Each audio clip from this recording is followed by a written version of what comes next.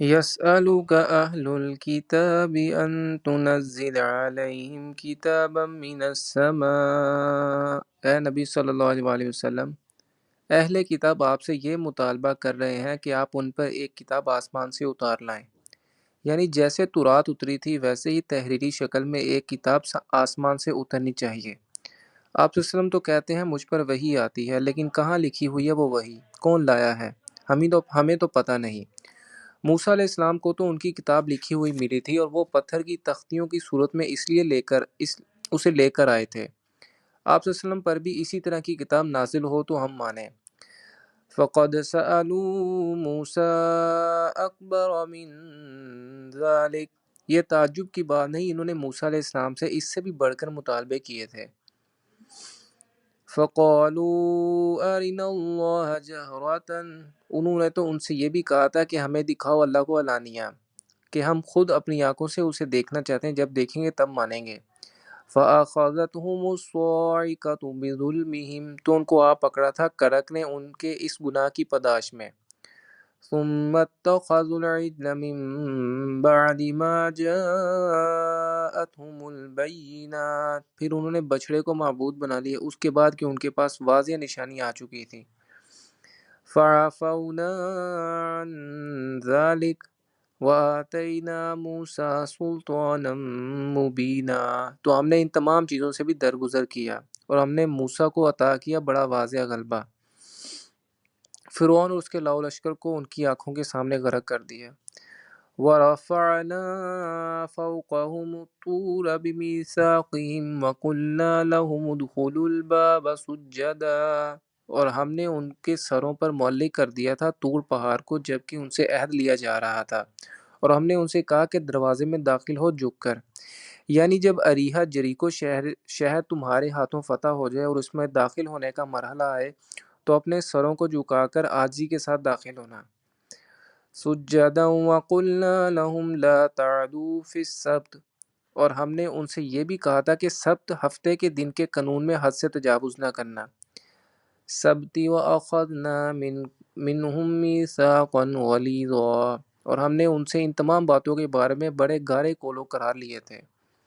فَبِمَا نَقْضِهِم مِّيثَاقَهُمْ۔ تو انہوں نے جو اپنے اس میثاق کو توڑ ڈالا اس کے سبب، وَكُفْرِهِم بِآيَاتِ اللَّهِ وَقَتْلِهِمُ الْأَنبِيَاءَ بِغَيْرِ حَقٍّ۔ اور ان کے اللہ کی آیات کے انکار اور انبیاء کو ناحق قتل کرنے کے سبب سے، حق وقولهم قلوبنا غلف بل طبع اللہ علیہا بکفرہم فلا یؤمنون الا قلیلا۔ اور ان کے اس طرح کہنے کی پاداش میں کہ ہمارے دل تو غلافوں میں بند ہے، بلکہ حقیقت یہ ہے کہ اللہ نے ان کے دلوں پر مہر کر دی ہے ان کے کفر کے باعث، پس اب وہ ایمان نہیں لائیں گے مگر بہت ہی شاذ۔ وَبِكُفْرِهِمْ وَقَوْلِهِمْ عَلَى مَرْيَمَ بُهْتَانًا عَظِيمًا۔ اور بسبب ان کے کفر کے اور ان باتوں کے جو انہوں نے مریم کے خلاف کی ایک بہت بڑے بہتان کے طور پر۔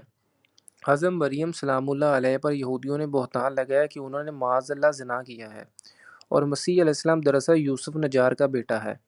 ان کی روایات کے مطابق یوسف نجار کے ساتھ حضرت مریم کی نسبت ہو چکی تھی، لیکن ابھی رخصتی نہیں ہوئی تھی کہ ان کے مابین تعلق قائم ہو گیا، جس کے نتیجے میں یہ بیٹا پیدا ہو گیا۔ اس طرح انہوں نے حضرت مسیح علیہ السلام کو ولد الزنا قرار دیا۔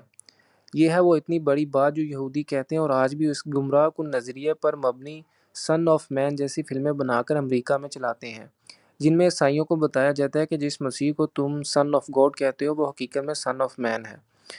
وَقَوْلِهِمْ إِنَّا قَتَلْنَا الْمَسِيحَ عِيسَى ابْنَ مَرْيَمَ رَسُولَ اللَّهِ۔ اور بسبب ان کے یہ کہنے کے کہ ہم نے قتل کیا مسیح عیسیٰ ابن مریم کو، اللہ کے رسول کو، یعنی اللہ کے رسول کو قتل کر دیا۔ یہاں یہ رسول اللہ کے الفاظ ان کے نہیں بلکہ یہ اللہ کی طرف سے ہیں، سائن آف ایکسکلیمیشن کے ساتھ، کہ اچھا ان کا دعویٰ ہے کہ انہوں نے اللہ کے ساتھ رسول کو قتل کیا ہے، جبکہ رسول تو قتل ہو ہی نہیں سکتا۔ اللہ کا تو فیصلہ ہے، ایک طے شدہ امر ہے، اللہ کی طرف سے لکھا ہوا ہے کہ میں اور میرے رسول غالب آ کر رہیں گے۔ وَمَا قَتَلُوهُ وَمَا صَلَبُوهُ وَلَٰكِن شُبِّهَ لَهُمْ۔ حالانکہ نہ تو انہوں نے اسے قتل کیا اور نہ ہی اسے سولی دی، بلکہ اس کی شبیہ بنا دی گئی ان کے لیے، معاملہ ان کے لیے مشتبہ کر دیا گیا، اور ایک شخص کی حضرت مسیح علیہ السلام جیسی صورت بنا دی گئی، ان کے ساتھ مشابہت کر دی گئی، چنانچہ انہوں نے جس کو مسیح سمجھ کر سولی پر چڑھایا وہ مسیح علیہ السلام نہیں تھا، ان کی جگہ کوئی اور تھا۔ انجیل برنباس سے معلوم ہوتا ہے کہ اس شخص کا نام جوداس اسکیریوٹ تھا، اور وہ آپ علیہ السلام کے حواریوں میں سے تھا۔ ویسے اس کی نیت کچھ اور تھی، اس میں بدنیتی بہرحال نہیں تھی، تفصیل کا یہاں موقع نہیں ہے، لیکن چونکہ اس نے آپ علیہ السلام کو گرفتار کرایا تھا، چنانچہ اس گستاخی کی پاداش میں اللہ تعالیٰ نے اس کی شکل حضرت مسیح علیہ السلام جیسی بنا دی، اس وجہ سے حضرت مسیح علیہ السلام کی جگہ وہ پکڑا گیا اور اسے سولی چڑھا دیا گیا۔ وَإِنَّ الَّذِينَ اخْتَلَفُوا فِيهِ لَفِي شَكٍّ مِّنْهُ، اور جو لوگ اس کے بارے میں اختلاف میں پڑے ہوئے ہیں وہ یقیناً شک و شبہات میں ہیں۔ مَا لَهُم بِهِ مِنْ عِلْمٍ إِلَّا اتِّبَاعَ الظَّنِّ وَمَا قَتَلُوهُ يَقِينًا، ان کے پاس اس ضمن میں کوئی علم نہیں ہے سوائے اس کے کہ وہ گمان کی پیروی کر رہے ہیں، اور یہ بات یقینی ہے کہ انہوں نے اسے قتل نہیں کیا۔ حضرت مسیح علیہ السلام ہرگز قتل نہیں ہوئے، اور نہ ہی آپ علیہ السلام کو صلیب پر چڑھایا گیا۔ یقیناً برفعہ اللہ الیہ وکان اللہ عزیزا حکیما، بلکہ اللہ نے اسے اٹھا لیا اپنی طرف، اور اللہ تعالیٰ زبردست ہے، کمال حکمت والا ہے۔ اس واقعے کی تفصیل انجیل برنباس میں موجود ہے۔ وَإِن مِّنْ أَهْلِ الْكِتَابِ إِلَّا لَيُؤْمِنَنَّ بِهِ قَبْلَ مَوْتِهِ، اور نہیں ہوگا اہل کتاب میں سے کوئی بھی مگر اس پر ایمان لا کر رہے گا اس کی موت سے قبل، یعنی حضرت مسیح علیہ السلام فوت نہیں ہوئے، زندہ ہیں، انہیں آسمان پر اٹھا لیا گیا تھا۔ آپ علیہ السلام دوبارہ زمین پر آئیں گے، اور جب آئیں گے تو اہل کتاب میں سے کوئی شخص نہیں رہے گا کہ جو ان پر ایمان نہ لے آئے۔ وَيَوْمَ الْقِيَامَةِ يَكُونُ عَلَيْهِمْ شَهِيدًا، اور قیامت کے دن وہی ان کے خلاف گواہ بن کر کھڑا ہوگا۔ فَبِظُلْمٍ مِّنَ الَّذِينَ حَادُوا حَرَّمْنَا عَلَيْهِمْ طَيِّبَاتٍ أُحِلَّتْ لَهُمْ، تو بسبب ان یہودی بن جانے والوں کی ظالمانہ روش کے ہم نے ان پر وہ پاکیزہ چیزیں بھی حرام کر دیں جو اصلاً ان کے لیے حلال تھیں۔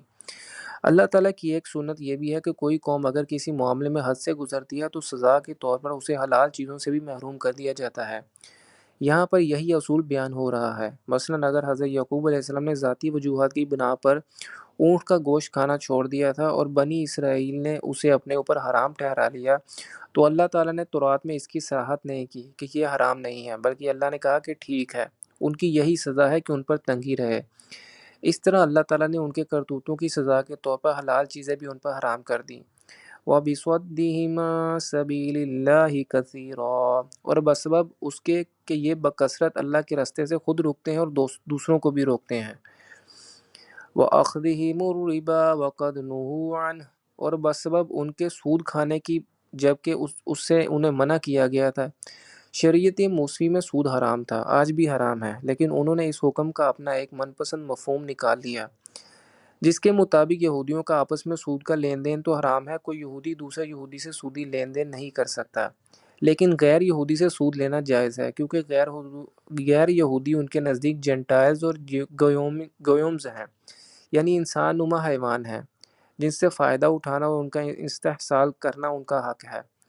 ہم سورۃ آل عمران آیت نمبر 75 میں یہود کا یہ قول پڑھ چکے ہیں، لیس علینا فی الامیین سبیل، کہ ان امیین کے بارے میں ہم پر کوئی گرفت ہے ہی نہیں۔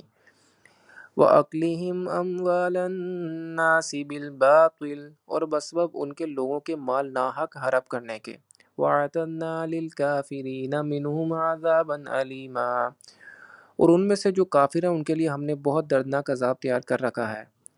لَٰكِنِ الرَّاسِخُونَ فِي الْعِلْمِ مِنْهُمْ وَالْمُؤْمِنُونَ، البتہ جو لوگ ان میں سے پختہ علم والے ہیں اور اہل ایمان ہیں، یعنی یہود میں سے عبداللہ بن سلام رضی اللہ عنہم جیسے اہل علم اور راست باز لوگ، جنہوں نے تورات کے علم کی بنا پر نبی آخر الزماں صلی اللہ علیہ وسلم کی تصدیق کی اور وہ آپ صلی اللہ علیہ وسلم پر ایمان لائے۔ وَالْمُؤْمِنُونَ يُؤْمِنُونَ بِمَا أُنزِلَ إِلَيْكَ وَمَا أُنزِلَ مِن قَبْلِكَ، وہ ایمان رکھتے ہیں اس پر جو ہے نبی صلی اللہ علیہ وسلم آپ پر نازل کیا گیا اور اس پر بھی جو آپ سے پہلے نازل کیا گیا۔ وَالْمُقِيمِينَ الصَّلَاةَ وَالْمُؤْتُونَ الزَّكَاةَ وَالْمُؤْمِنُونَ بِاللَّهِ وَالْيَوْمِ الْآخِرِ، اور وہ نماز قائم کرنے والے ہیں، زکوٰۃ ادا کرنے والے ہیں اور ایمان رکھنے والے ہیں اللہ پر بھی اور یوم آخرت پر بھی۔ أُولَٰئِكَ سَنُؤْتِيهِمْ أَجْرًا عَظِيمًا، یہ وہ لوگ ہیں جنہیں ہم ضرور اجر عطا فرمائیں گے۔